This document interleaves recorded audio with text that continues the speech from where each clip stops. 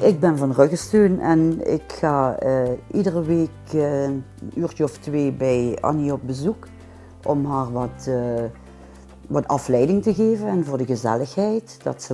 Omdat ze vaak alleen is. En dat ze het gezellig vindt om wat te ondernemen en te kletsen.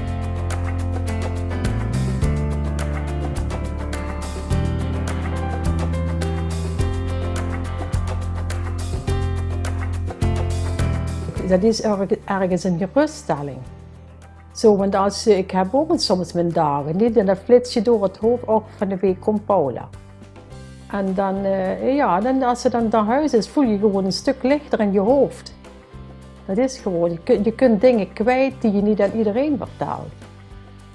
Dat is die vertrouwensband, die is heel belangrijk, dat bouw je op eigenlijk.